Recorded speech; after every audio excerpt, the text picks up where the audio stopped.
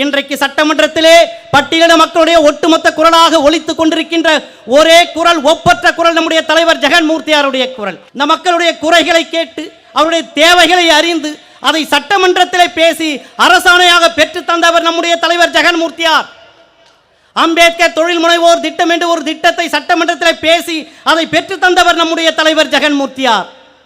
SC ST மாணவர்கள் வெளிநாடு சென்று உயர்கல்வி படிக்க வேண்டும் என்று சொன்னால் 3 லட்சம் மானியம் வருமான வரம்பு இருந்தது.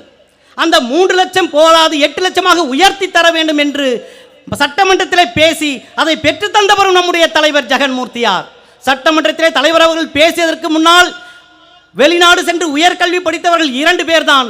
தலைவர் அவர்கள் பேசியதற்கு பிறகு 8 லட்சமாக உயர்த்தியதற்கு பிறகு 200க்கும் மேற்பட்ட மாணவர்கள் படிக்கிறார்கள் என்று சொன்னால் அதற்கு காரணம் நம்முடைய தலைவர் ஜெகன்மூர்த்தியார்.